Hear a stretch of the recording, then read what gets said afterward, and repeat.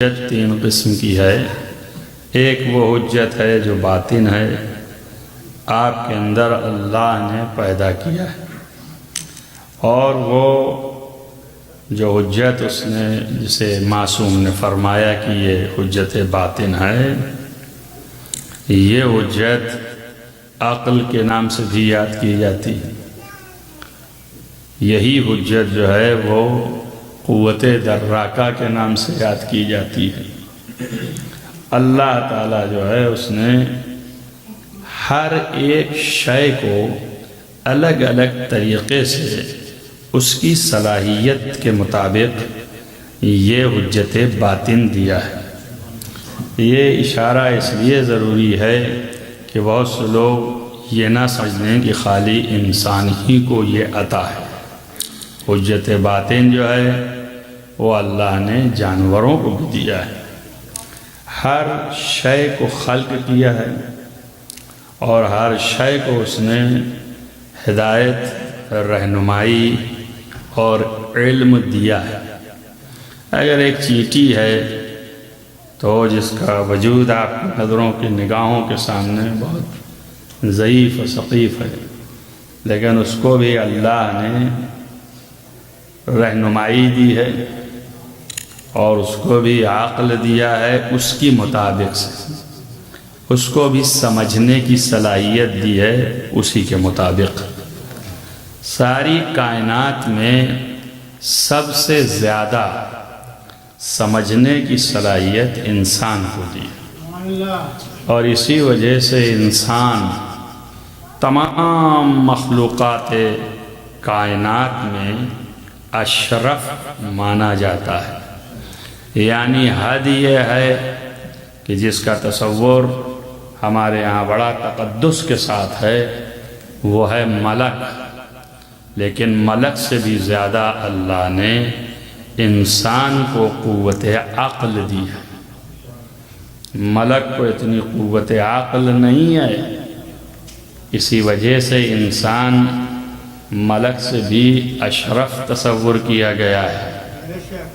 منتہا ملک کے پاس تقدس ہے، تقدس، طہارت، تقوی، اور اس کے پاس قوت عصمت، جس کی وجہ سے وہ ہماری نگاہ میں ہم سے بہتر دکھائی دیتا ہے۔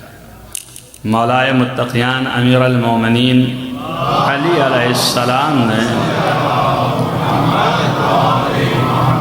ارشاد فرمایا ہے کہ اگر انسان کے پاس جو اللہ نے عقل عطا کی ہے، اسی عقل کی بنیاد پر وہ بہتر معرفت پیدا کرے اور اعلیٰ ترین طریقے سے عبدیت حاصل کرے، اور اس کے ساتھ تقوی و طہارت رہے، تو وہ ملائکہ سے افضل ہے، اور اگر یہ سب نہ رہے تو جانور سے بدتر ہے۔ تو اس انسان کے اندر حیوانیت بھی ہے اور ملکیت بھی ہے، تقدس بھی ہے، اور تقدس کے برعکس اس کے اندر برائیاں بھی ہیں۔ تو اس حیثیت سے یہ انسان قوت دراکہ، یعنی قوت جو اللہ نے عقل کی دی ہے سمجھنے کی، اور اسے باطنی حجت قرار دیا ہے، یہ انسان اس جہت سے افضل اور اعلیٰ اور اشرف ہے۔ یہی انسان کے اوپر اللہ نے تکیہ کیا ہے کہ یہ مجھے پہچانے، ویسے جیسا میں ہوں تو نہیں پہچان سکتا، تو کم سے کم اس کے قریب قریب پہچانے، اور اگر ویسا پہچان لے تو کیا کہنا۔ اور ایک اور تمغہ رکھا جو کہ تمام مخلوقات کو نصیب نہیں ہے، صرف دو مخلوق کو نصیب ہے۔ ایک جو ہے وہ جنات ہیں اور ایک جو ہے وہ انسان ہے۔ وہ یہ ہے کہ قوت ادراک و قوت فہم اور قوت معرفت کے ساتھ ساتھ اختیار بھی دیا ہے۔ باقی مخلوقات جو ہیں وہ اللہ کی تابع اور فرما بردار اختیار سے نہیں ہیں، اللہ نے ان کو اسی طرح بنا دیا ہے تو وہ اسی حالت میں اللہ کی تابع اور فرما بردار۔ لیکن انسان ہمچنین جنات، ان دونوں کو اللہ نے اختیار دیا ہے کہ تم اپنی سمجھ اور اپنی معرفت سے جب بالکل پہچان لو مجھے تو بھی تمہیں کوئی زور اور زبردستی نہیں ہے، اختیار سے میرے سامنے جھک جاؤ۔ تو جو اپنے اختیار سے سمجھ کے میرے سامنے جھکا وہی میرا شاکر بندہ ہے، اور جو اپنی سمجھنے کے بعد اختیار سے سمجھ تو گیا مگر جھکا نہیں اور اکڑ گیا تو وہی کافر بندہ ہے۔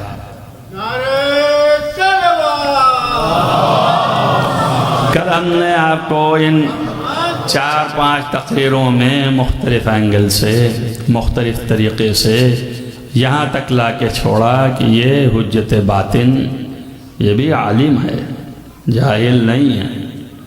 اللہ نے قوت دینے کے ساتھ ساتھ اس کے اندر بھی ودیعت کر دیا ہے، اور الہمہا فجورہا و تقواہا، یعنی اچھائی اور برائی بھی اس نفس میں راسخ کر دیا ہے۔ لہذا صرف کام یہی ہے کہ آپ اپنی اچھائیوں سے کام لیں گے تو یہ نفس اچھائی کی طرف بڑھ جائے گا، اور اگر برائیوں سے کام لیں گے تو برائی کی طرف بڑھ جائے گا۔ لیکن اس کے ساتھ ایک چیز اور بھی ہے، آپ کام لیں یا نہ لیں، اللہ نے اس نفس میں یہ بھی قوت رکھ دی ہے کہ یہ نفس برائی کی طرف بھی ہدایت کرتا ہے اور کہتا ہے کہ آؤ دیکھو یہ کتنا اچھا ہے، اور اس کے بعد یہی نفس اچھائی کی طرف ہدایت کرتا ہے اور کہتا ہے وہ جو چیز دکھائی تھی اس میں زیادہ لبھا نہ جانا، اور مذمت کرتا ہے، کہتا ہے بہت بری چیز ہے اس کے قریب نہ جانا۔ تو اسی نفس کی 2 کیفیتیں ہو گئیں، ایک امارہ حکم دیتا ہے کہ چاہیے تو لے لو، اور ایک لوامہ جو اس کو روکتا ہے کہ یہ بری چیز ہے، بھئی آگے نہ بڑھو، اس کے نتائج بہت برے ہوں گے۔ تو اسی انسان کے اندر اللہ نے یہ بھی ایک کیفیت حجت رکھ دیا کہ تم برائی کی طرف نہ جاؤ، راستہ دکھا رہا۔ تو یہ خصوصیت یہاں تک لے آئے کہ باطنی حجت کی ہے۔ اب اس کے آگے سے جو مسئلہ ہے وہ آپ کے سامنے یہ ہے کہ جہاں یہ بھی کیفیتیں ساتھ نہ دیں، قدرت نہ ہو، اور قدرت آپ کی ہماری ٹھہر گئی، آگے نہیں بڑھ رہی ہے، تو ظاہری حجت بھی بھیجا تاکہ آپ اس کو فالو کر کے آپ صحیح راستے پر لگے رہیں۔ ظاہری حجت بھیجنے کی ضرورت یہ پڑ گئی۔ ایک دن کی مجلس میں اشارہ کیا کہ امیر المومنین علیہ السلام نے فرمایا تھا کہ رسول، انبیاء، اولیاء، ان کے بھیجنے کی ضرورت اللہ کو یہی پڑی کہ جو ہی اچھائیاں آپ کے اندر چھپی ہوئی ہیں انہی کو وہ ابھار کے سامنے لے آئیں، اور یہ بہت بڑا کارنامہ ہے حجت ظاہری کا کہ وہ آپ کو صحیح راستے پہ لگا دے۔ شاہد اس کے لیے تاریخی طور پر یہ بیچ میں اتنا تاکہ ذہن بالکل خالی سنتے ہی نہ رہیں اور تھوڑا سیر بھی کر لے، رسول اللہ کے معجزات میں سے ایک معجزہ اتم یہی ہے، یعنی کامل ترین معجزہ کہ وہ قوم یہ اتنی پستی میں تھی، اتنی گری ہوئی تھی، ہر برائیوں میں مبتلا تھی، اسی قوم کی فردوں کو رسول اللہ جو حجت ظاہری تھے اتنا زیادہ محنت کیا انہوں نے کہ اسی قوم کو اعلیٰ بنا دیا۔ اسی قوم میں جہاں ہر قسم کا فساد تھا اسی میں سب سے اعلیٰ ابو ذر پیدا ہوئے، اسی میں سب سے بالا سلمان نظر آئے، اسی میں سب سے اونچی کوالٹی کے عمار یاسر نظر آئے۔ تو یہ 2-3 نام اس لیے لے لیے جاتے ہیں تاکہ لوگوں کے ذہن جلدی پہنچ جائیں۔ البتہ یہی تنہا نہیں تھے بلکہ ساری برادری۔ اب یہ کہ ہر جگہ جب آپ کے نفس ہی میں تھوڑا بہت برائی اور تھوڑی اچھائی ہے تو ظاہر ہے کہ ان کے اندر بھی کچھ برے اور کچھ اچھے ہوتے ہیں۔ انہی میں سے منافقین بھی ہیں اور انہی میں مومنین بھی ہیں۔ جو کافرین تھے بہرحال ان کا سلسلہ ختم ہو گیا۔ اب وہ کافر اگر چھپے رہ گئے تو وہ منافق کہلائے۔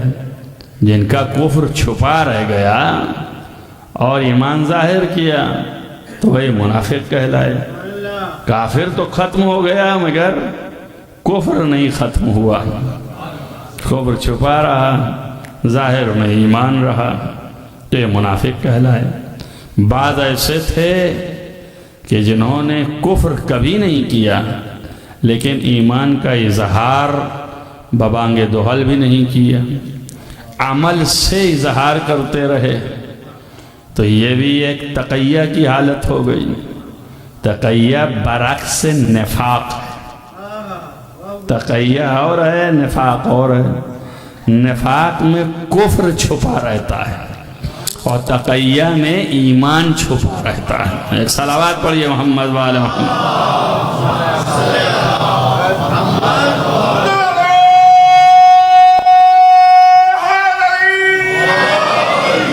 تو اگر آپ کو کوئی یہ گمراہ کرے کہہ کے کہ جو لوگ تقیہ کرتے ہیں یہ بھی منافق ہیں، تو وہ منافق ہی ہوگا جو یہ گمراہ کر رہا ہوگا، اس لیے کہ وہ اپنے نفاق کو چھپانے کے لیے مومن کو بھی وہی بتانا چاہتا ہے، لیکن اللہ کے ہاں دونوں میں فرق ہے۔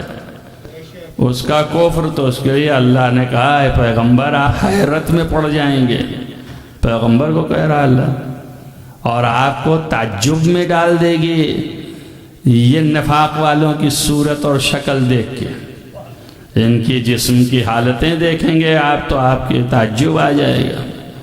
ان کا مال، ان کی اولاد اور ان کے جسم، ان کی اتار چڑھاؤ، یہ اس طرح کے ہیں منافق۔ لیکن جہاں تقیہ والے ہیں ان کی تعریف کی۔ اللہ نے کہا ہے پیغمبر یہ ایسے ہیں کہ دل ان کے مطمئن ہیں، ایمان سے لبریز ہیں، مگر ایک زبان پر کسی وجہ سے ظاہری طور پر کچھ نکالنا پڑ گیا ہے ہمارے خلاف تو کوئی حرج نہیں ہے، اس لیے کہ دل تو مطمئن ہے نا۔ اس کا ایمان میں قلب اور دل مطمئن ہے۔ چنانچہ کہتے بھی ہیں کہ یہ آیتیں نازل بھی ہوئی ہیں شان میں، جیسے کہ عمار یاسر انہی کے شان میں یہ نازل ہے کہ جب ان کو بہت ستایا گیا، ان کے ماں اور باپ دونوں کو سینے پہ پتھر رکھ کر کے اور ان کو اس طریقے سے دنیا سے جانا پڑا، مگر انہوں نے ایک لفظ اللہ کی مخالفت میں کچھ نہیں بولے اور شہید ہو گئے۔ اس کے بعد جب عمار کے ساتھ بھی کیا تو حضرت عمار کے منہ سے مجبوراً یہ نکلا، جیسے ہی نکلا ویسے ہی چھوڑ دیے گئے۔ جب چھوٹ گئے تو پیغمبر کے پاس روتے ہوئے آئے اور آپ نے فرمایا تو پیغمبر خاموش رہے۔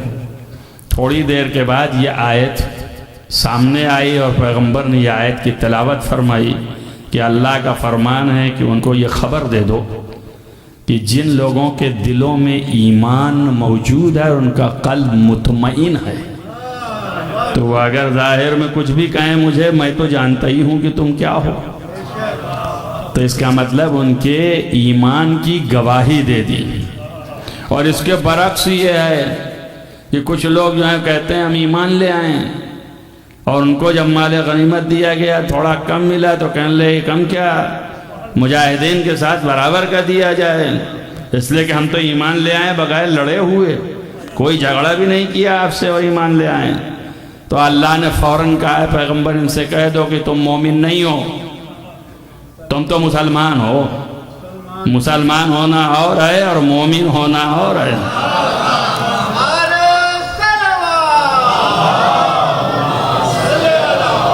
یہ بھی سورہ حجرات میں آخر میں موجود ہے، لن تؤمنوا، اے پیغمبر تم سے کہو ہرگز ایمان نہیں لے آئے، یہ اور بڑا ہے۔ خالی اتنا نہیں کہتا تم ایمان نہیں لے آئے تو پھر بھی ہلکا رہتا، کہا ہرگز، تصور ہی نہیں ہے ایمان کا۔ ایمان تو اس وقت ہے لما یدخلوا فی قلوبکم، ایمان جب دلوں میں جڑ پکڑ لے جائے تب ایمان ہوتا ہے۔ ظاہری کلمات ظاہر میں ادا کر دینے سے تو مومن نہیں ہو، لہذا تمہارے لیے کوئی گنجائش نہیں ہے یہاں پہ۔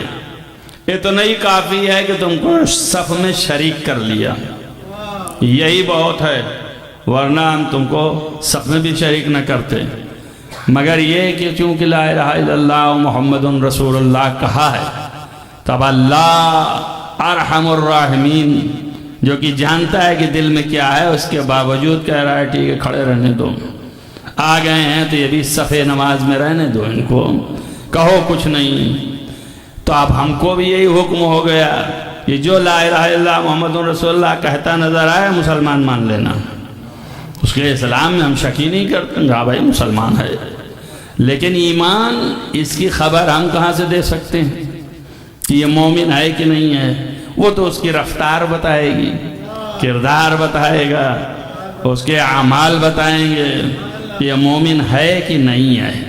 اگر دل میں اس کے بیٹھ گیا ہے اور مومن ہے تو مومن کے معنی ہی یہ ہیں کہ مطیع و فرما بردار۔ مومن کہتے ہی اس کو ہیں کہ جو بھی حکم پروردگار آئے بے چون و چرا اسے قبول کر لے، اور منافق کہتے اس کو ہیں کہ جو بھی حکم آئے اسے قبول نہ کرے، اور دونوں آپ کے سامنے ہیں۔ اب جو بیچ کا ہے وہ بیچارہ کیا کرے؟ وہ ادھر دیکھتا ہے تو سوچتا ہے کہ دوستوں سے کہے کہ بھائی مجھ پہ شک نہ کرنا، اور جب ادھر جاتا ہے تو چاہتا ہے ظاہر کرے کہ میں مومن ہوں۔ بات سمجھ آئی آپ کے؟ ایک ہی جگہ پہ اللہ نے امتحان لے لیا۔ جو مومن تھا جیسے ان کا من کنت مولا فہذا علی مولا، تو فوراً نے پڑھ کر کے کہا واہ آپ میرے مولا ہیں۔ اور جو غیر مومن تھا وہ وہیں پہ چلانے لگا تو نے اپنے سے کہا ہے کہ تیرے خدا نے کہا ہے نا۔ اب جو بیچ کا تھا وہ گھبرایا کہ ادھر جاؤں کہ ادھر جاؤں، کہا آپ میرے بھی ہو گئے ان لوگوں کے بھی ہو گئے۔ ایک صلوات پڑھیے محمد وآل محمد۔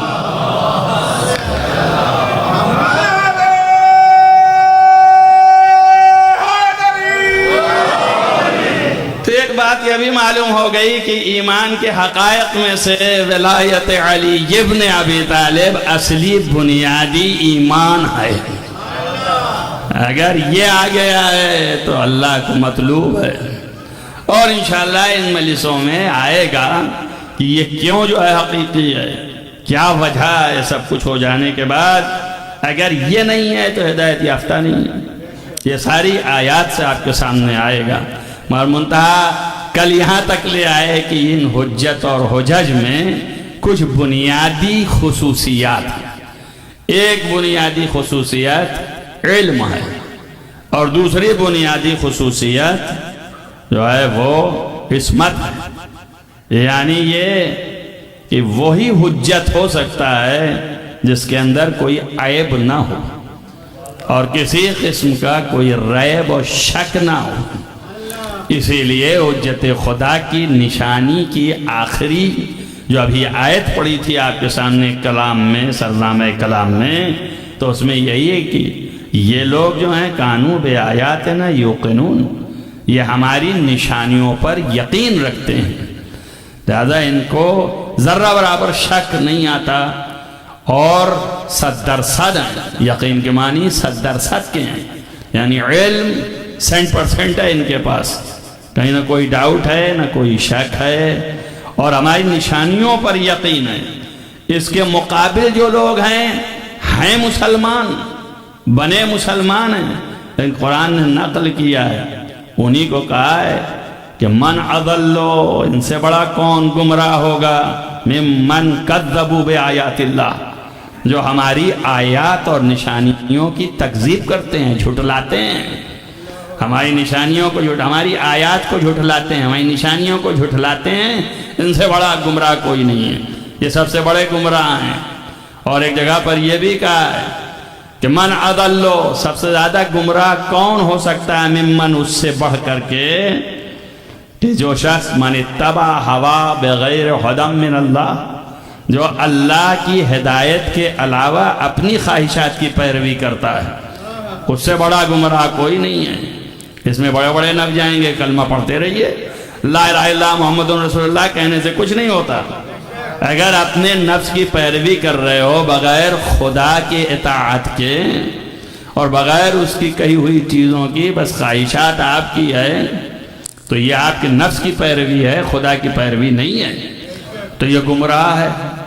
یہ بنا تو کلمہ پڑھا ہوا مسلمان ہے، لیکن ظاہر میں یہ مسلمان، باطن میں یہ گمراہ، اور اس سے بڑا گمراہی کوئی نہیں ہے۔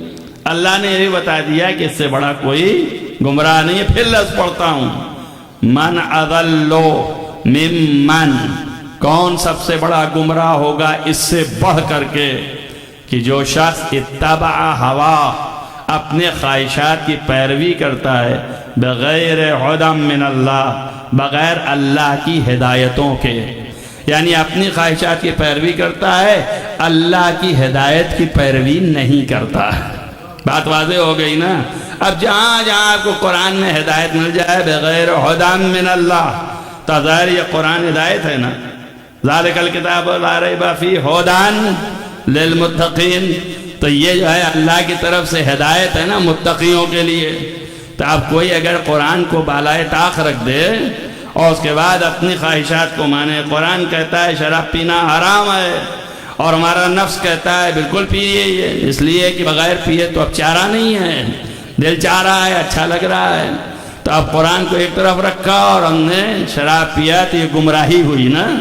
یعنی ہدایت کو اللہ کی ایک طرف رکھے اور اپنے نفس کو مقدم کرے۔ بات سمجھ رہے ہیں آپ؟ شراب پینے کی مثال آپ کی جلدی سمجھ میں آ گئی، اور اسی طریقے سے زنا کرنے کی مثال آپ کی جلدی سمجھ میں آ جائے گی۔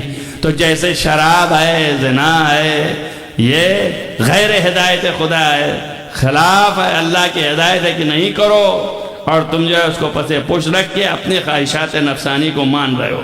تو ایک بات تو سمجھ میں آ گئی نا کہ جتنے حکم پروردگار کے ہیں وہ سب ہدایت خدا ہے، اور اگر ان حکم کو ایک طرف رکھا اور اپنے نفس کو مقدم کیا تو آپ نے بغیر ہدایت خدا کے اپنے نفس کی پیروی کر لی، اور جیسے ہی کر لیا آپ گمراہ ہو گئے۔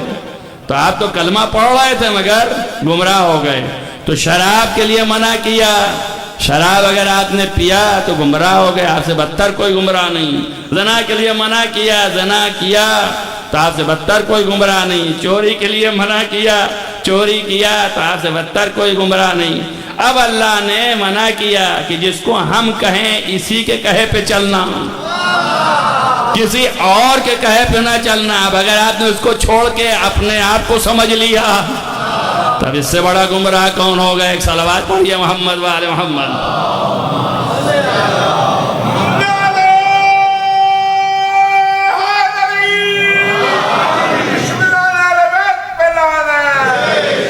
اب کہاں کہاں آپ کو گھماتے پھریں؟ پیغمبر نے خود ہی کہا ان الحسین، بے شک حسین جو ہیں مفتاح الہدایہ، وہ ہدایت کی چابی ہیں۔ دوسری جگہ پہ ہے مصباح الہدا، ہدی من اللہ۔ آپ کے ساتھ نے ابھی قرآن پڑھا نا کہ من اتبع ہوا بغیر ہدی من اللہ، یہ ہدا کیا ہے؟ تو پیغمبر فرما رہے ہیں کہ ان الحسین مصباح الہدا، حسین جو ہیں وہ ہدایت کے چراغ ہیں۔ اب جو حسین کو چھوڑ کے اپنے نفس کی پیروی کرے وہ سب سے بڑا گمراہ ہے۔ تو چاہے جہاں ہو دنیا کے جس کونے میں ہو، چاہے جتنی تسبیحیں پڑھ رہا ہو لا الہ الا اللہ محمد رسول اللہ کی، مگر وہ گمراہ کہلائے گا۔ اللہ کی ہدایت فمن اتبع ہدایا، اللہ کہہ رہا ہے سورہ بقرہ میں کہ جو شخص میری ہدایتوں کی پیروی کرے گا فلا یضل ولا یشقی، سورہ طٰہٰ میں ہے، تو اس کے لیے نہ گمراہی ہے اور نہ ہی شقاوت ہے، نہ وہ گمراہ ہوگا اور نہ ہی وہ بدبخت ہوگا یعنی جہنمی ہوگا۔ دوسری جگہ پہ لا خوف علیہم ولا هم یحزنون، اگر میری ہدایت کی پیروی کرے گا تو نہ اس پر خوف ہوگا نہ حزن ہوگا، جو میری ہدایت کی پیروی کرے گا۔ میں نے آپ کو بتا دیا کہ ہدایت کیا ہے، ایک تو نام آپ کے سامنے آ گیا کہ یہ ایک ہدایت ہے، اور پیغمبر نے انتہائی خاموشی سے بیان کیا کہ ہدایت کیا ہے، لیکن لوگوں کے سمجھ میں نہ آیا، تب اللہ کو نازل کرنا پڑا انما انت منذر۔ آج جو ہیں وہ ڈرانے والے ہیں، وَلِكُلِّ قَوْمٍ ہاد، اور ہر قوم کے لیے ایک ہادی ہے اور ہدایت ہے۔ تو آپ پوچھا یا رسول اللہ وہ ہادی کون ہے؟ تو آپ خاموش رہے، دوسری دفعہ دوسرے صاحب کھڑے ان کا ہادی کون ہے تو بھی خاموش رہے، جب تیسری دفعہ آواز آئی ہادی کون ہے، نبی نے سر اٹھایا تو دیکھا کہ در سے سامنے علی ابن ابی طالب آ رہے ہیں۔ جیسے ہی قریب آئے آپ نے اپنا ہاتھ ان کے سینے پہ مار کے اور اپنا ہاتھ اپنے سینے پہ مار کے کہا انا منذر، میں ڈرانے والا ہوں، وانت یا علی ہادی، اے علی آپ جو ہیں وہ ہدایت کرنے والے ہیں۔ خالی یہ تو نہیں کہا ہوتا تو خالی ہادی رہ جاتے، بلکہ نبی نے اس کے اندر قید لگا دی، وَيَهْتَدِ الْمُهْتَدُونَ بِكَ، اور کوئی ہدایت پا ہی نہیں سکتا سوائے آپ کے۔ تو ایک بات سمجھ میں آ گئی کہ عہد علی میں سوائے علی کے کوئی اور ہادی تھا ہی نہیں۔ ایک صلوات پڑھیے محمد وآل محمد۔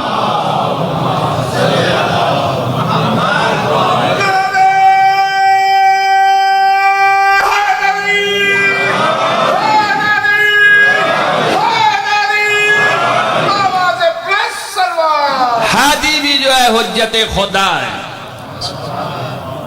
ہادی بھی جو ہے حجت خدا ہے۔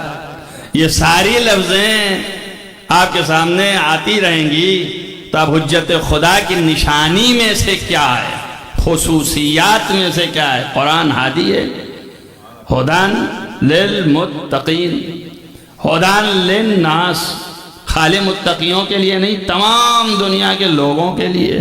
یہ بھی عجیب ہے، کہیں کہتا ہے متقیوں کے لیے، کہیں کہتا ہے تمام لوگوں کے لیے، تمام لوگوں کے لیے ہے اور پھر اس بعد خالی متقیوں کے لیے۔ تو متقی کے لیے قرآن ہے تو ٹھیک ہے، سمجھ میں آ گیا، تمام لوگوں کے لیے ہے تو کیوں اتنے لوگ کافر ہیں، کیوں اتنے مشرک ہیں؟ تو کیوں اللہ نے قرآن کو کہا کہ تمام لوگوں کے لیے ہدایت ہے، اور کیوں یہ کہا کہ متقیوں کے لیے ہدایت ہے؟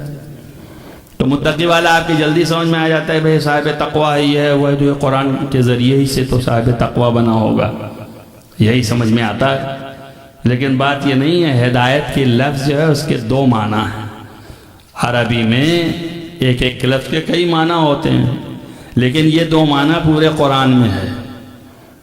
ایک معنی یہ ہے ہدایت کرنا یعنی دکھانا، راستہ دکھا دیا، یہ ہدایت ہو گئی، اور ایک معنی ہے ہدایت کے کہ منزل مقصود تک پہنچانا۔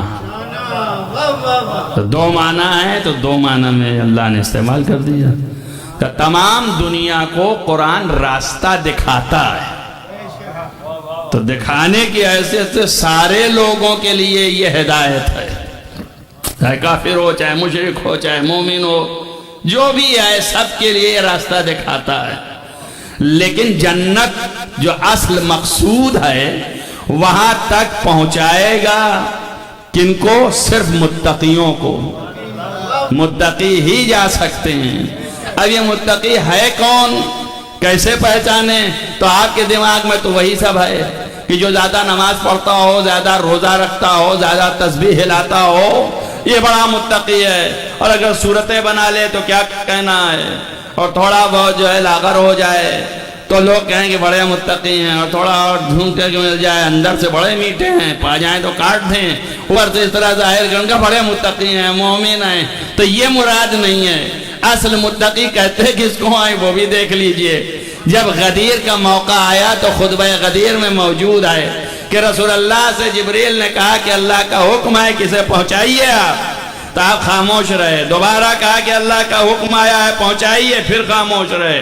جب تیسری دفعہ کہا تو کہا جبریل اللہ سے اس کام کے لیے استعفیٰ لے لو، اگر ہو سکے تو ہمیں معاف کرے، ہم نہیں پہنچانے والے ہیں۔ تو جبریل بھی گھبرا گئے کہ اللہ آپ نبی بنا کے بھیجے ہی گئے ہیں اسی خبر کو پہنچانے کے لیے، آپ کی نبوت ہے ہی اسی خبر کے پہنچانے کے لیے، استعفے کی کیا بات کریں؟ وہ گھبرا کے دیکھنے لگے کہ یہ آپ کیا کہہ رہے ہیں۔ تو پیغمبر اسی خطبے میں موجود ہے کہ پیغمبر نے کہا لِکَثْرَةِ الْمُنَافِقِينَ، اس لیے کہ اس مجمع میں منافقین کی کثرت ہے، وَقِلَّةِ الْمُتَّقِينَ، اور بہت تھوڑے سے لوگ ہیں جو قبول کرنے والے ہیں۔ تو اب آپ کے سمجھ میں آیا متقی کسے کہتے ہیں؟ متقی اسے کہتے ہیں جو ولایت علی کو قبول کرتا ہو۔ صلوات پڑھیں محمد وآل محمد۔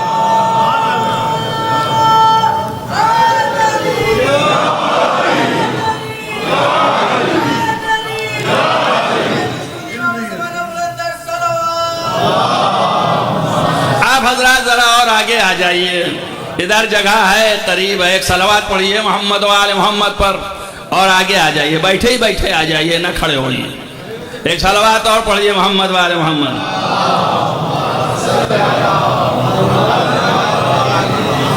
تو آپ نے غور فرما لیا کہ متقی کون ہے، اسی لیے جی بسم اللہ۔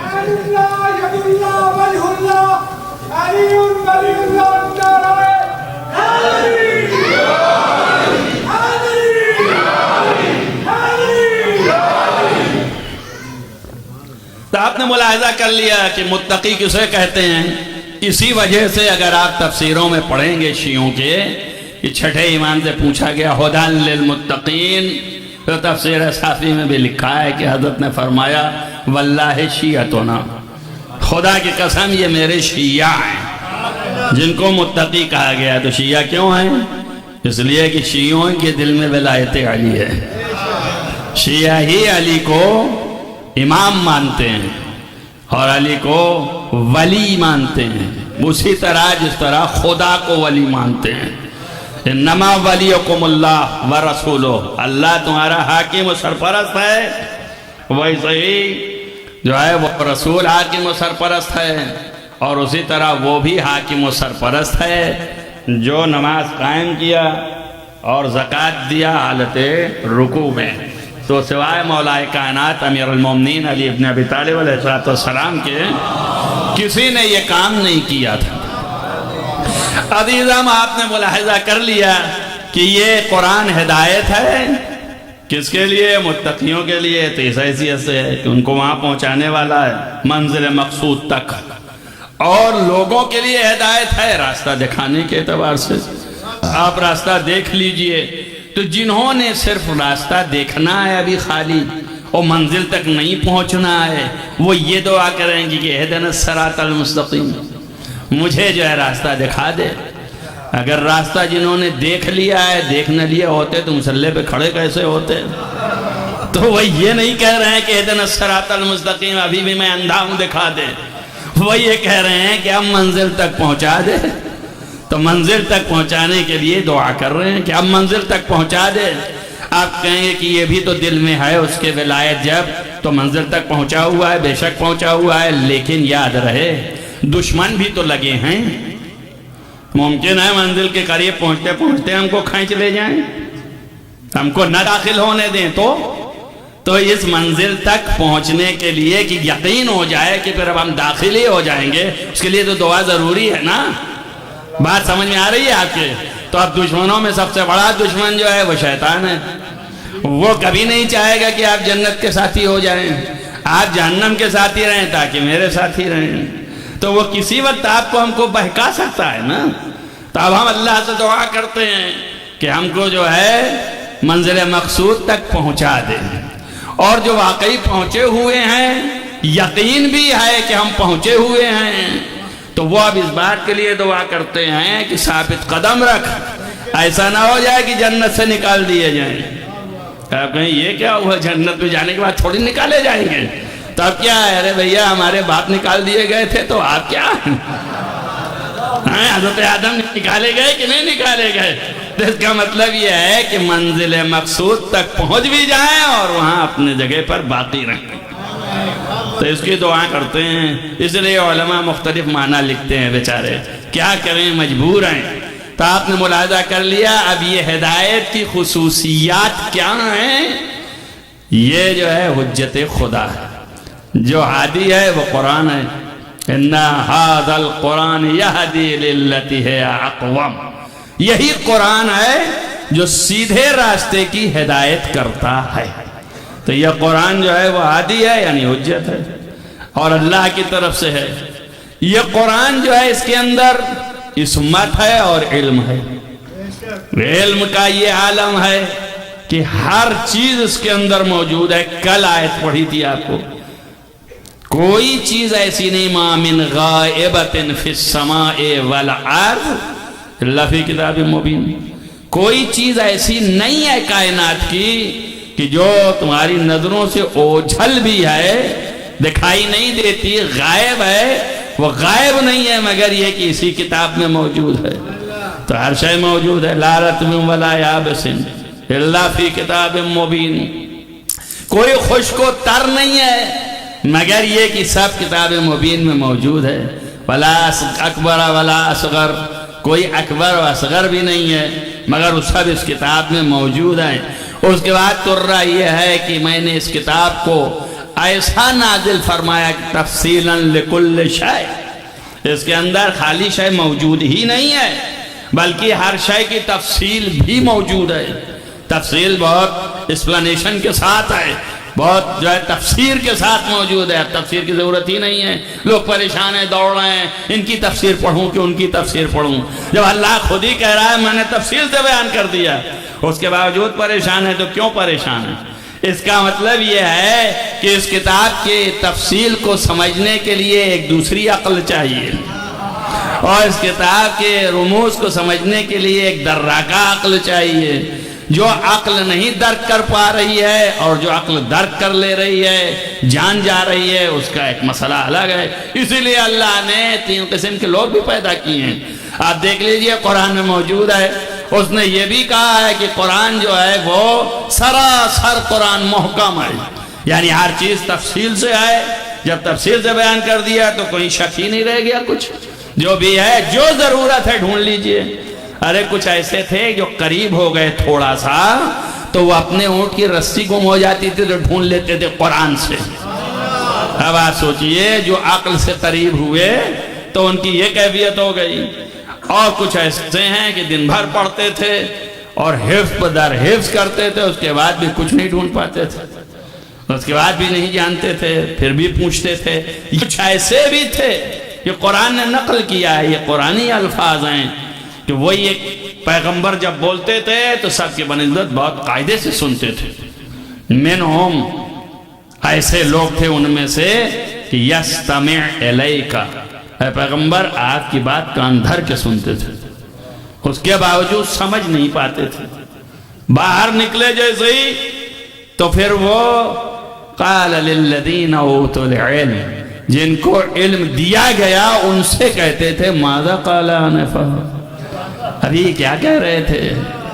اب چونکہ ہم سادے ہیں تو ہم سادگی میں سمجھ رہے ہیں، ہم سادے آدمی ہیں تو ہم سمجھے بیچارے نہیں سمجھ پاتے تھے۔ توجہ ہے آپ کو؟ تو ہم سادے حساب سے سمجھ رہے ہیں کہ بیچارے نہیں سمجھ پاتے تھے، اس لیے ان سے جن کے پاس علم تھا ان سے پوچھتے تھے کہ یہ کیا کہہ رہے تھے، سمجھ میں نہیں آیا۔ تو ہم سادے آدمی تو ہم سادے ہی تو سمجھیں گے، لیکن اگر وہ سمجھے ہوئے تھے اور اس کے بعد وہ ماننا نہیں چاہتے تھے تو مذاق اڑانے میں بھی کہہ سکتے ہیں انہی سے کہ ابھی کیا یہ کہہ رہے تھے۔ اب میں وہ لفظیں استعمال کیسے کروں کہ جسے ہم لوگ کہہ دیتے ہیں ایک دوسرے کو کہ ابھی کیا کہہ رہے تھے، یعنی ہم اس کو تو نہیں ماننے والے ہیں۔ اب اس کا مطلب دو طرح کے لوگ رہے ہوں گے، لیکن یہ جواب قاطع دیتے تھے جن کے پاس علم دیا گیا ہے، یہ فوراً کہہ دیتے تھے کہ یَرَى الَّذِينَ أُوتُوا الْعِلْمَ جن لوگوں کو علم دیا گیا ہے ان کی رائیں یہ ہوتی تھیں ھذا ھو الحق، یہ حق ہے، یہ اللہ کی طرف سے ہے۔ نبی وہی کہہ رہے تھے، نبی اپنے دل سے نہیں کہہ رہے تھے، یہ حق ہے۔ تو معلوم ہو گیا آپ کو کہ یہ قرآن جو ہے علم ہے۔ اب یہ قرآن معصوم بھی ہے، اس کے اندر ذرہ برابر کہیں سے کوئی نقص کی گنجائش نہیں ہے، جس کے لیے پہلے ہی پارے میں پہلے ہی جملہ ہے لا ریب فیہ، تو یہ کوئی عیب دار نہیں ہے، لا ریب ہے، شک کی گنجائش نہیں، ریب یعنی شک، سب دو ٹوک ہے۔ تو یہ قرآن معصوم بھی ہے اور یہ قرآن علم سے مملو بھی ہے، سارا علم اس کے اندر ہے، جو گزشتہ تھا وہ بھی ہے، جو آئندہ ہے وہ بھی ہے، جو موجودہ ہے وہ بھی ہے، اور یہ معصوم بھی ہے۔ تو ایک بات سمجھ میں آ گئی کہ حجت کی اعلیٰ ترین خصوصیت علم ہے، اور حجت کی اعلیٰ ترین خصوصیت اور بنیادی خصوصیت عصمت ہے، محفوظ ہونا۔ اب جہاں یہ دونوں چیزیں مل جائیں وہی حجت خدا ہے، اس کو پہچاننا ہے۔ آپ کو بھی ہم کو بھی اللہ نے تاکید کی ہے، ایک آیت آپ کے سامنے پڑھی کہ بغیر ہدایت خدا کے گفتگو نہیں کرنا، پیروی نہیں کرنا۔ دوسری آیت ہے لا تقف ما لیس لک بہ علم، اللہ نے کہا بغیر علم کے کسی کی پیروی نہ کرنا، یعنی اللہ نے صاف بتا دیا کہ جاہل کی پیروی نہیں ہوتی، عالم کی پیروی ہوتی ہے، اور عالم کی بھی ذاتاً کوئی اس کا کوئی وہ نہیں ہے، علم کی پیروی ہوتی ہے۔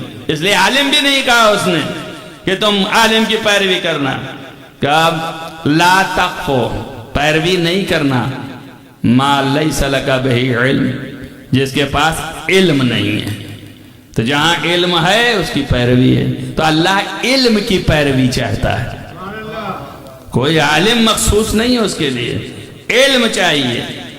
اور علم جو ہے اس کے معنی یہ ہے کہ 100% یعنی ذرہ برابر ڈاؤٹ نہ ہو، اگر ڈاؤٹ آ گیا احتمال ہو گیا، ظن ہو گیا، علم نہ رہا، تو علم چاہیے 100%۔ اب جہاں کہیں بھی ڈاؤٹ آ گیا، شک آ گیا، تو علم ہی نہیں ہے، تو وہ نکل گیا وہاں سے۔ اب ظاہر ہے کہ ڈاؤٹ وہیں آئے گا جہاں حفاظت نہ ہوگی، تو اس کو چاہیے کہ محفوظ رہے، محفوظ رہنے کا نام ہے عصمت، تو اسے معصوم ہونا چاہیے۔ اور معصوم ہونے کی پہچان کیا ہے؟ تو اللہ نے وہاں بھی قید لگائی، اس نے کہا وَلَا تَرْكَنُوا إِلَى الَّذِينَ ظَلَمُوا، جو ظالم ہیں ان کی پناہ میں اور ان کی اطاعت میں نہ جانا۔ وَلَا تَرْكَنُوا إِلَى الَّذِينَ ظَلَمُوا، جنہوں نے ظلم کیا ہے۔ توجہ کرو، قرآن ہے یہ، قرآن نے ایسے نہیں کہا جو ظالم ہیں ان کی پیروی نہ کرنا، یہ تو ہم بول رہے ہیں، جو ظالم ہیں ان کی پیروی نہ کرنا۔ تب ظالم کبھی بھی ہو سکتا ہے، اللہ نے یہاں تک کی قید لگا دی وَلَا تَرْكَنُوا إِلَى الَّذِينَ ظَلَمُوا، جنہوں نے ظلم کیا ہے۔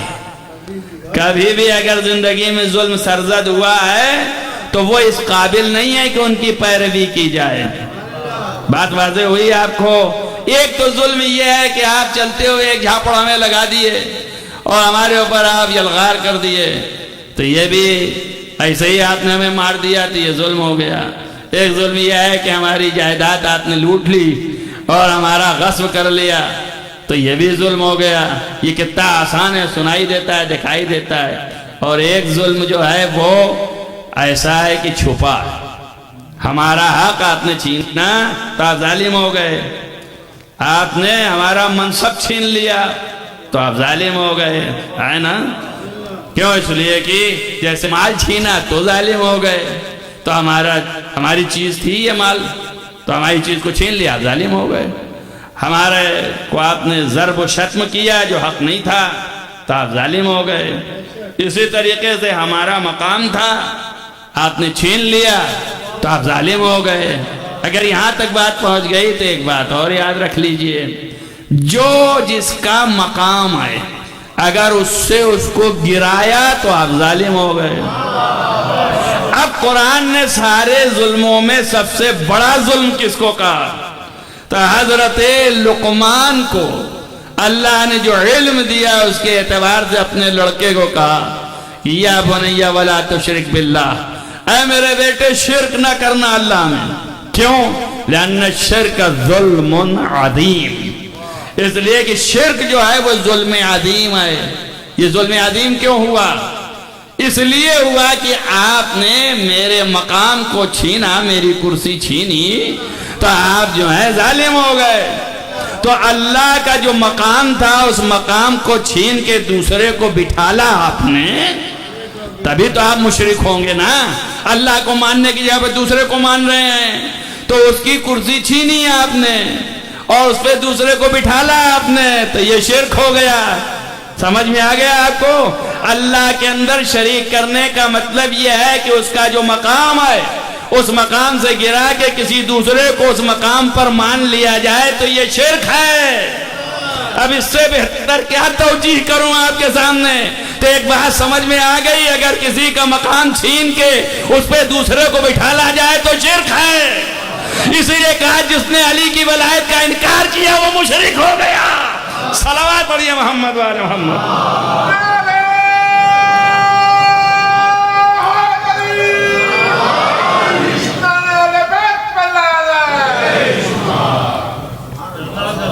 لہذا لازم ہے کہ حجت جو ہے وہ عالم ہو اور معصوم، اس کے اندر ذرہ برابر جو ہے وہ غیر عصمت نہ پایا جاتا ہو، اور اس کی پہچان ظلم ہے۔ یعنی کسی بھی طریقے کا، یہاں تک کہ قرآن نے کہا کہ جو اللہ کی بتائے ہوئے قانون سے ذرہ برابر بھی انحراف کرے وہ ظالم ہے۔ من یتعدی حدود اللہ، جو قرآن ہے، جو اللہ کے حدود یعنی قوانین، جو اصول، جو شریعت ہے، اس سے ذرہ برابر بھی ہٹا تو فقط ظلم نفسہ، تو اس نے اپنے نفس پر ظلم کیا اور یہ ظالم ہو گیا۔ تو جو اللہ کے قانون سے ایک لمحے کے لیے بھی ٹلا تو وہ ظالم ہو گیا، اور جو ظالم ہو گیا وہ معصوم نہیں رہا۔ واضح ہو گئی بات؟ تو علم ایک نشانی اور عصمت ایک نشانی۔ تو اب آپ تصور کیجئے علم کے لیے بھی ڈھونڈیے کہ علم کہاں ملتا ہے۔ اگر علم ملتا ہے تو یہ معصوم بھی ہونا شرط ہے کہ یہ معصوم بھی ہے کہ نہیں۔ اگر معصوم ہے تو علم ہے کہ نہیں۔ تو ایک بات یہ بھی یاد رکھیے، عصمت کا لازمہ علم ہے۔ ہر عالم معصوم نہیں ہے، لیکن ہر معصوم عالم ہے۔ اس لیے کہ جانے گا نہیں تو بچائے گا کیسے اپنے کو؟ واضح ہے بالکل، جب آپ نہیں جانیں گے تو کیسے بچائیں گے؟ لہذا آپ جانیں گے پہلے علم ہے۔ جو لوگ پوچھتے ہیں کہ معصوم کیا عصمت کوئی جبری چیز نہیں ہے، کہ اللہ نے کوئی ایسی چیز ہے جو ڈال دی اس کے اندر، اب وہ ہے ہمارے پاس نہیں ہے۔ عطائے الہی اس معنوں میں ہے یقیناً کہ اللہ نے خلق کیا اس کو اس طرح، لیکن علم ہے۔ تو علم ہے تو ظاہر ہے کہ ہمیں علم حاصل ہوا کب؟ جب ہم پیدا ہوئے اور جو ہاتھ پیر مارے اور ادھر ادھر دیکھے اور ان سے سیکھا تو ہمیں معلوم ہوا نا۔ جب ہمارے سامنے چیزیں آئیں تب معلوم ہوا نا، تب ہمارے پاس علم ہوا۔ اب اتنی دیر میں ہماری عمر گزر گئی۔ ہم جب سے پیدا ہوئے تھے جب تک یہ سب کرتے کراتے آئے تو ہوئے ہم 18-20 کے، اور جب 18-20 میں آئے تو بیچ میں جو حرکتیں کرتے رہے وہ غیر عصمت والی تھی یا نہیں تھی؟ ہم آپ کو روزمرہ کی زندگی سے سجھانا چاہتے ہیں، بجائے اس کے کہ دلائل موٹے دیں، ہلکے وے میں لے لیں۔ تو ظاہر ہے کہ ہمارے پاس عصمت تو دیر سے آئی، پھر عصمت تو نہیں آئی نا ابھی۔ اگر مان لیجئے ہم بہت بچا بھی لے گئے اپنے کو تو بچاتے بچاتے 25 سال گزر گئے۔ اس 25 سال میں جو ہم نے حرکتیں کی تو پھر عصمت کدھر ہے؟ عصمت ایسی چاہیے کہ از اول اگر حجت ہے تو اس کے اندر کوئی عیب نہ ہو، از اول نقص نہ ہو، تو اب ایسی عصمت کیسے ہو؟ تو اس کا مطلب اور عصمت جو ہے ہو ہی نہیں سکتی جب تک علم نہ ہو۔ توجہ ہوئی یا نہیں ہوئی آپ کو؟ تو پتہ چلا کہ معصوم کو خلقت کے اعتبار سے علم دیا جاتا ہے، تو پیدائشی عالم ہوتا ہے، وہ ہر چیز جانتا ہے۔ اور وہ علم کی وجہ سے اس کی برائیوں کو جانتا ہے، اس لیے اس کے قریب نہیں جاتا ہے۔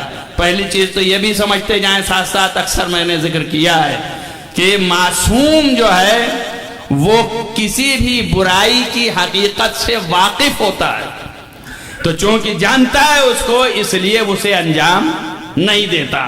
ہمارے بزرگ استاد ہم کو مثالیں دے کے سمجھاتے تھے کہ بیٹا اس کو یوں ہی سمجھو، تم سو کے اٹھ گئے ہو اور ہم تم کو دیکھنے کے بعد دیکھے کہ تم نے منہ نہیں دھویا تھا، اور ہمارے سامنے نالی بہ رہی تھی، اس میں پیشاب پاخانے کا پانی بہ رہا تھا۔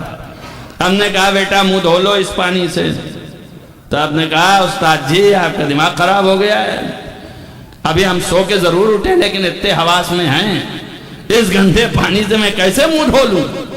کہا کیوں دھو نہیں سکتے کیا پانی آپ استعمال نہیں کر سکتے؟ کوئی روکے؟ کوئی نہیں روکے نا آپ کو، لیکن آپ استعمال نہیں کرتے کیوں؟ اس لیے کہ اس کی گندگی کو دیکھ رہے ہیں، تو آپ کی نگاہوں میں اس کی گندگی چونکہ متجلی ہے، اس لیے آپ جو ہیں وہ اسے نہیں کر رہے ہیں۔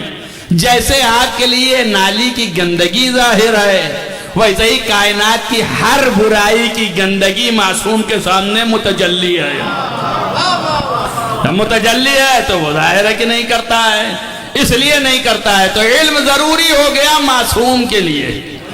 اب اگر علم اس کو کچھ عمر کے بعد دیا جائے تو پھر وہ غیر معصوم ثابت ہو جائے گا۔ اس لیے لازم ہے کہ خلقت اولا سے جیسے ہی دنیا میں قدم رکھے علم پہلے سے ہو، تاکہ اپنے کو بچا سکے۔ اب اس کی مثال کہاں سے لائیں گے؟ اس لیے لازم ہوا کہ اس کو عالم پیدا کیا جائے۔ اب علم بھی اس کے حساب سے دینا ہے، جتنا اس کو علم ہوگا اتنا یہ معصوم ہوگا، جتنا علم ہوگا جتنی گندگی سے بچے گا اتنا ہی معصوم رہے گا، اتنا ہی محفوظ رہے گا نا۔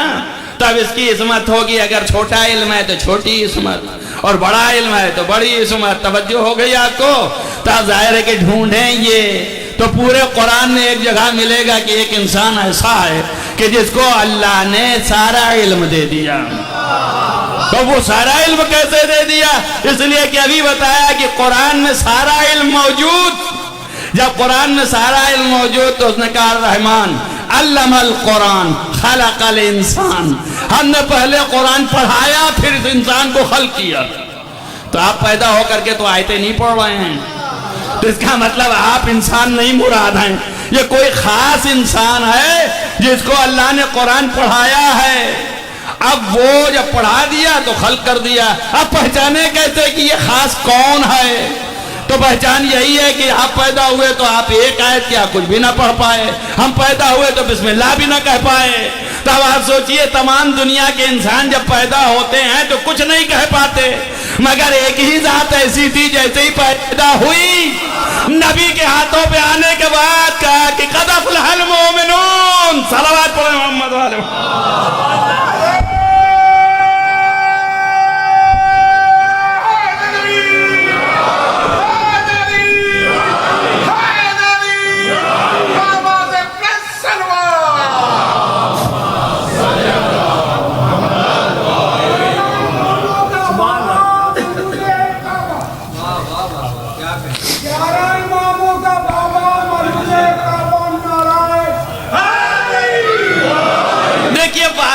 یا علی یا علی، بات جو ہے وہ بہت ہے اور وقت جو ہے ختم ہو گیا، اور ابھی تو ہم آئے ہی نہیں، انجن گرم ہوتے ہوئے ٹائم لگتا ہے۔ تو آپ سوچتے پہلے کہ یہ ابھی یہاں تک ہم آئے ہیں اور وقت تمام ہو گیا۔ تو ایک علم جو ہے پیدائشی ہونا اور ایک عصمت بھی پیدائشی ہونا تاکہ وہ بچائے رہے۔ تب ظاہر ہے کہ جو برائیوں سے بچنا ہے وہ تو پیدا ہونے کے بعد دکھائی دے گا، پہلے تو وہ معصوم ہے ہی ہے، بطن مادر میں بھی ہے تو بھی معصوم ہے، اور بچا ہوا ہے اس میں شاید آپ بھی شریک ہو جائیں کہ بھئی بطن مادر میں ہم کیا کر پائیں گے، لہذا ہم بھی معصوم ہو گئے۔ لیکن اب کچھ خصوصیتیں ایسی ہیں کہ پہچانے کیسے کہ ماں کے پیٹ میں بھی یہ معصوم ہے، یہ کیسے پہچانے؟ اب دیکھیے تھوڑے سے ایک دو جملے اور اس کے بعد پھر مسائل، لیکن آپ کو میں علم کی کیفیت بتا رہا ہوں، اسی سے پتہ چل جائے گا کہ آپ عالم بھی ہیں اور معصوم بھی ہیں۔ تو تمام دنیا کے جتنے انسان پیدا ہوتے ہیں وہ اپنی ماؤں کے پیٹ میں جو بھی حرکت کرتے ہوں، جس طرح سے بات چیت کرتے ہوں، جو بھی کرتے ہوں، کہیں باہر سنائی نہیں دیتا ہے۔ کوئی سنا آج تک؟ یا اپنے بیوی کے شکم میں جو ہے کان لگا کے سنو کہ میری اولاد بات کر رہی ہے؟ یا کوئی اپنے ماں کے پیٹ میں کان لگایا اور سوچا ہو میرا بھائی اس میں ہے یا بہن ہے تو وہ بات کر رہی ہے؟ ایسا تو نہیں ہوا نا، ابھی تک پتہ نہیں چلا، کسی کی آواز نہیں آئی، لیکن جو معصوم مطلق ہے اس کی آواز آئی۔ کسی نے نہیں، پیغمبر نے پوچھا یا خدیجہ یہ کس سے بات کر رہی ہو؟ توجہ کریں آپ، حضرت خدیجہ نے فرمایا یا رسول اللہ جو میرے بطن میں ہے وہ مجھ سے جو ہے گفتگو کرتی ہے۔ تو ایک بات معلوم ہو گیا کہ معصوم کی پہچان یہ ہے کہ وہ شکم مادر میں بھی کلام کر سکتی ہے اور کر سکتا ہے۔ اب یہ جو روایت میں چھانٹ کے لایا ہے تو اوروں کے لیے بھی اسی کو کیوں پڑھا؟ اس کی وجہ یہ ہے کہ تمام عصمتوں کی بنیاد کا نام فاطمہ ہے۔ تو جب فاطمہ کے خصائص میں سے یہ مل گیا کہ فاطمہ اپنے ماں کے شکم میں رہ کے اپنے ماں کے لیے انسیت کا اہتمام فراہم کرتی تھی اور گفتگو فرماتی تھی، تو اب یہ اس کے بعد ہمیں تمام معصوموں کے لیے یقین پیدا ہو جائے گا کہ جیسے ان کا حال ہے ویسے ان کی اولاد کا حال ہے۔ اب میں آپ سے پوچھتا ہوں جو اپنے ماؤں کے پیٹ میں رہ کر کے دین کی باتیں کریں، جب وہ باہر آئیں گے تو پھر کیا دین کے علاوہ کچھ اور بولیں گے؟ ان کے پاس کچھ اور ملے گا آپ کو؟ یہ گفتگو اگر نہیں ہے تب اتنا ہے، یہ تو ماں کا حال تھا ان بیٹوں کے، اور باپ کا حال ہے تو ان کی ماں سے پوچھئے، ان کی ماں سے پوچھئے۔ اب وہ بھاگی ہوئی وہاں چلی جا رہی ہیں تو کسی نے پوچھا یہاں بھاگ کے کیوں آئی ہیں؟ ان کہا جو یہ شکم میں ہے یہ مجھے یہاں لایا ہے۔ اب بتائیے آپ، اگر خالی فاطمہ بولتی تو ان کا کوئی کفو مل پاتا؟ تو لازم تھا کہ جیسے فاطمہ ہے ویسے ہی علی ہوں، اسی لیے نبی نے کہا اگر علی نہ ہوتے تو فاطمہ کا کوئی کفو نہیں تھا۔ صلوات پڑھیں محمد وآل محمد۔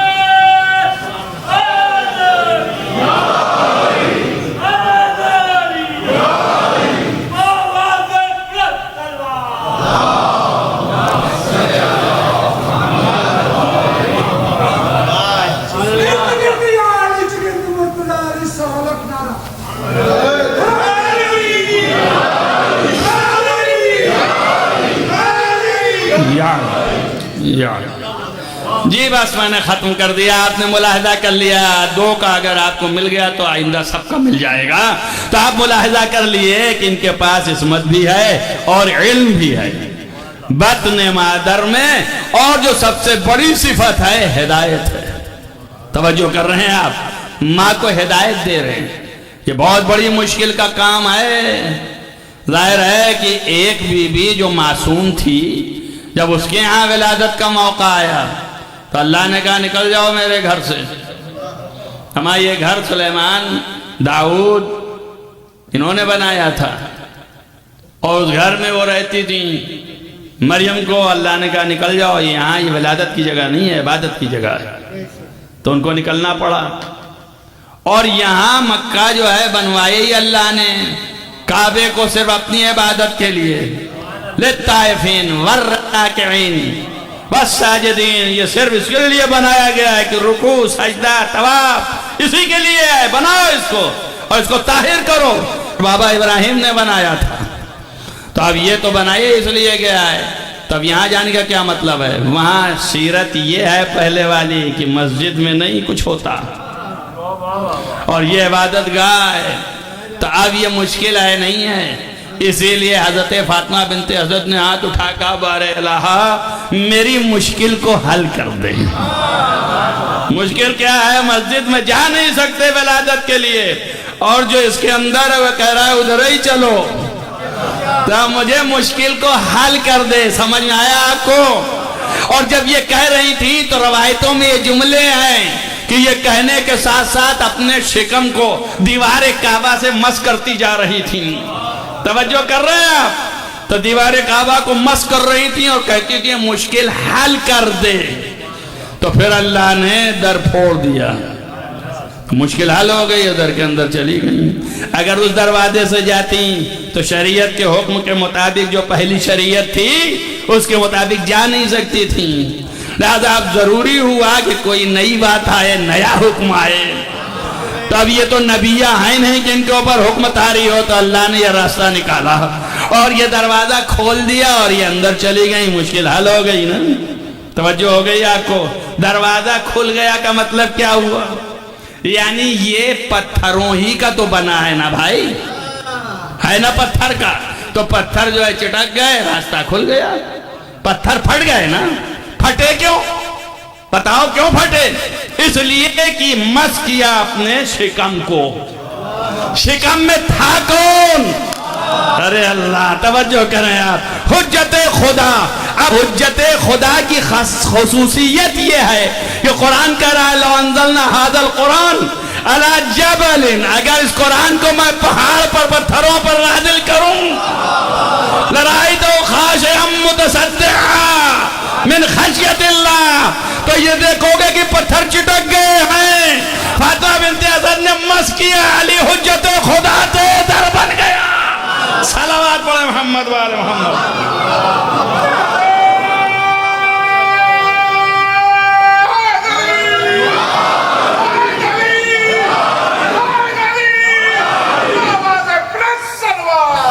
مخصوص تاریخیں ہیں، اب اس کے بعد آپ کو 2-4 ہی دن ہیں جس میں آپ غم منائیں گے۔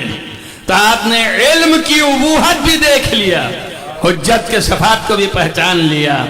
جہاں علم آ جائے اس کے بعد کچھ بھی نہیں ہے۔ امام حسین علیہ السلام اگر کسی کو عالم کہہ دیں تو اس کی عظمت بہت بلند ہے۔ طاہر معصوم کسی کو عالم کہہ رہا ہے، عالم ہی تنہا کہے ہوتے تو پھر بھی کچھ بات کم رہتی، لیکن عالم کے علاوہ فقیہ کہہ دیا۔ فقہ کے معنی ہے کہ با عقل و تدبر، سمجھ پیدا کرنا۔ حضرت امام حسین علیہ السلام نے خط میں لکھا الی الرجل الفقیہ۔ آپ ملاحظہ کیجئے، معرفت اور علم کی بنیاد پہ ایسے یہ فقیہ تھے کہ امام کو پہچان رہے تھے۔ کیسے ہیں؟ لکھا ہے، روایتوں میں آیا ہے، بحث اس سے نہیں ہے کہ یہ روایت درست ہے یا نہیں، اس حیثیت سے کہ لوگ بہت سے بحث کرنے لگے ہیں، لیکن بہرحال یہ بات ہے۔ حبیب ابن مظاہر امام حسین اسلام سے بڑے تھے، عمر میں زیادہ تھے، اور مدینہ کی گلیوں میں رسول کے زمانے میں بہرحال بچوں میں شمار ہوتا تھا، بزرگوں میں نہیں ہوتا تھا، جوانوں میں بھی نہیں ہوتا تھا۔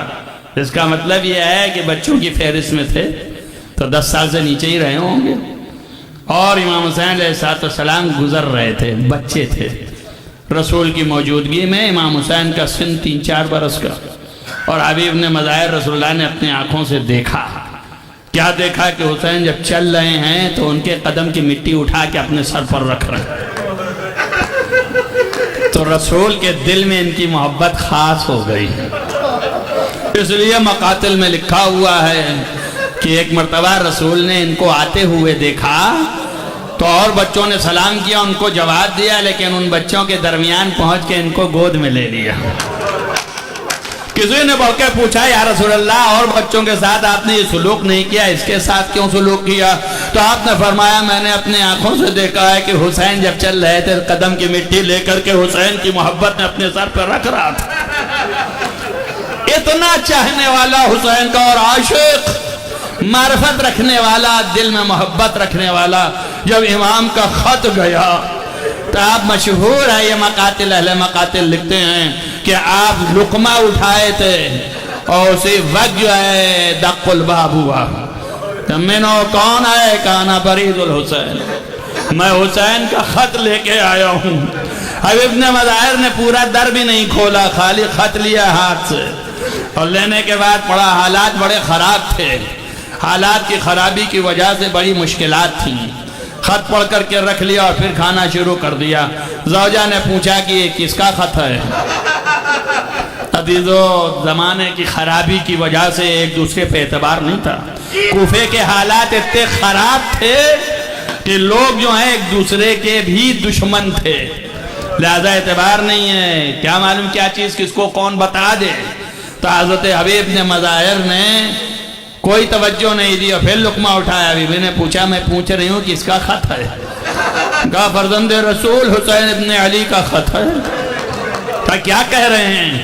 کہا بلا رہے ہیں کہ میری مدد کے لیے آؤ، میری نصرت کے لیے، میں درگاہ اعلیٰ میں گھر گیا ہوں، میری مدد کو آ جاؤ۔ کہا پھر کیا سوچا ہے؟ تو جواب میں کہا میں کیا بتاؤں، اپنا دو آدمیوں کی جنگ ہے، مجھ سے کیا لینا دینا ہے۔ زوجہ نے کہا واہ سبحان اللہ، ایسا آپ کا خیال ہے تو یہ چوڑیاں آپ پہن لیجئے، بیٹھے رہیے یہیں پہ، تلوار مجھے دے دیجئے اور میں جاؤں گی۔ حبیب نے دیکھا جوش و ولولہ، تو کہا میں تو تیرا امتحان لے رہا تھا، تجھے جانچ رہا تھا کہ تو کوفے کے حالات سے متاثر ہے یا حسین کی تیرے پاس معرفت ہے۔ اس نے کہا فرزند رسول پکارے اور تو بیٹھا رہ جا۔ اس نے کہا ٹھیک ہے جاتا ہوں، مگر یاد رکھ میرے جانے کے بعد بڑے مصائب ہوں گے۔ اس نے کہا کوئی مشکل نہیں ہے، اس کوفے میں اگر مجھے بندی بنا کر کے اور جکڑ کے قید خانے میں بھی رکھا جائے گا تو میں تیار ہوں۔ میں کہوں گا ابھی ہوا تو نہیں کربلا کا واقعہ، لیکن تو پہلے سے آمادہ ہو کے بتا رہی ہے کہ میں بھی زینب کے ساتھ قیدیوں میں شریک ہو جاؤں۔ عزیزو اپنے غلام کو کہا لے جا گھوڑے کو، اور شاہراہ پہ رکھنا کوئی دیکھنے نہ پائے، غلط راستے پہ نہ لے جانا کہ جہاں سے لوگ دیکھ لیں۔ لہذا گھوڑے کو لے گیا۔ یہاں تک بھی اہل مقاتل لکھتے ہیں چھانٹ چھانٹ کے دو جملے آپ کے سامنے کہ ابھی حبیب پہنچے نہیں تھے اور گھوڑے کے کان کھڑے تھے، تو ایک مرتبہ غلام نے کان میں کہا گھبرا نہیں، اگر آقا نہیں آئے گا تو میں حسین کی مدد کے لیے جاؤں گا۔ عزیزان گرامی آپ سوچیں کہ نصرت حسین کے لیے تڑپ کتنی ہے، لیکن غربت حسین کیسی ہے کہ غلام بھی تیار ہے مدد کے لیے۔ یہ دل میں حسین کی محبت ہے۔ اور روایتوں میں یہ بھی ملا کہ جب حبیب نے مظاہر آنے والے ہوئے، ابھی دور ہی تھے، کوئی آثار نظر نہیں آ رہے تھے، تو امام حسین اپنے پنجوں کے بل کھڑے ہو کے دیکھتے تھے۔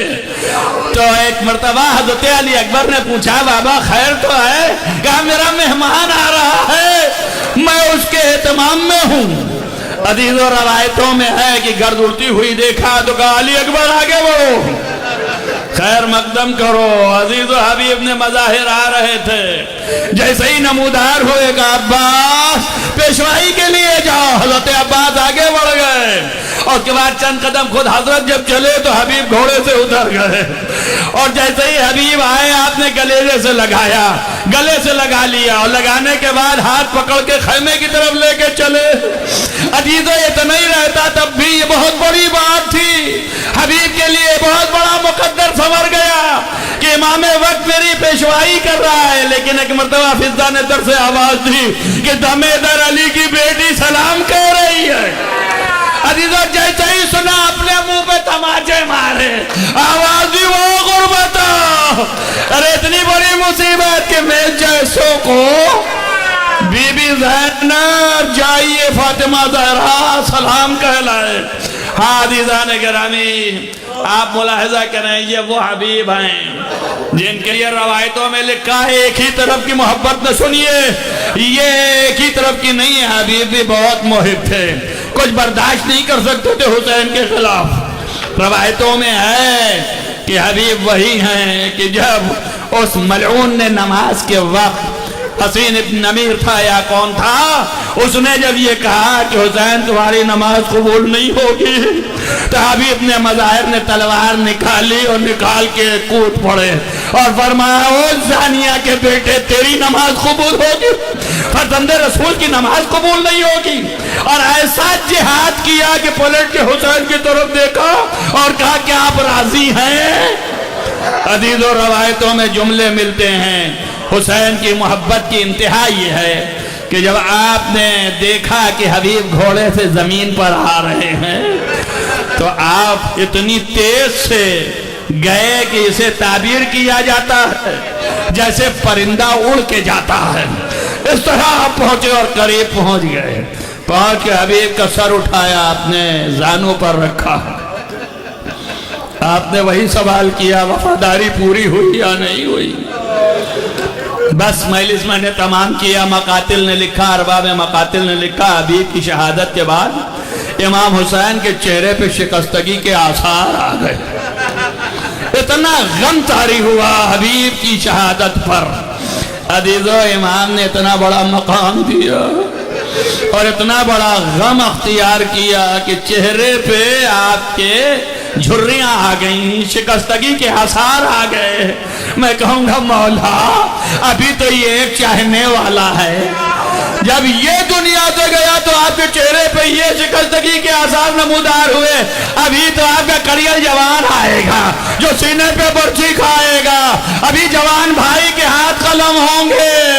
ابھی تو وہ بھتیجا پکارے گا یا اماں ادرکنی، ادھر کے گھوڑے ادھر ہوں گے. اے حسین ابھی تو امتحان دینا ہوگا. 6 مہینے کے بچے کو لے کے سامنے آنا. تیرے ستم جو ہے آپ کو اس طریقے سے کرے گا. فَنَقَلَبَ السَّبِي عَلَى يَدِ الْإِمَامِ سَيَعْلَمُ الَّذِينَ ظَلَمُوا أَيَّ يَنْقَلَبُوا مُنْقَلِبُونَ. اللهم إني أسألك بحق فاطمة وأبيها وبالها وبنيها والسر المستودع فيها أن تصلي على محمد وآل محمد. بارے اللہ تجھے واسطہ ہے محمد وآل محمد کے معبود گناہان کبیرہ و صغیرہ عفو فرما، نیک اعمال کی توفیق عنایت فرما. جہاں جہاں بھی محبان آل محمد ان کو حفظ و امان میں رکھ. روضہ مقدس کی حفاظت فرما. تمام حاضرین جلسہ کی دلی مرادوں کو برلا. بارے اللہ تجھے واسطہ ہے محمد و آل محمد کے معبود دنیا سے بے چینی و ناامنی کو نیست و نابود فرما. ظالمین کا خاتمہ فرما، مظلومین کی حمایت فرما، ظلم کا خاتمہ فرما، عدل کا قیام فرما. بارے اللہ عزاداری کو قائم و دائم رکھ. وہ جس سے ہمارے دین کی بقا ہے اور ہمارے دین کی جڑیں مضبوط فرما. ہمارے دلوں میں ولایہ آل محمد کو جاگزی فرما. معبود تجھے واسطہ ہے محمد و آل محمد کا کہ ہم کو حقیقی عزادار قرار دے. ہمارے آقا اور مولا ولی نعمت کا ظہور جلد از جلد فرما. ان کے اصحاب و انصار اور مطیع و فرما بردار میں شمار فرما. ان کو ہم راضی و خوشنود قرار دے. تمام مریضوں کو شفا عنایت فرما. جن جن کے لیے کہا گیا ہے اور جن جن کے نام ہیں ان سب کو شفا عاجل و کامل عنایت فرما. خصوصاً قمر عباس ابن امیر عباس کو شفا عاجل و کامل عنایت فرما. بہتوں کے لیے کہا گیا جن کے نام مجھے یاد نہیں رہ گئے ہیں ان سب کو شفا عاجل و کامل عنایت فرما. بارے اللہ ہمارے آقا اور ولی نعمت کی نظر رحمت ہم مظلوموں کی طرف پھیر دے. بارے اللہ ہمارے ساتھ تو سلوک ایسا کر کہ رحمت کی نگاہ سے دیکھ لے. اللہم تقبل من دعا ماتم حسین یا حسین.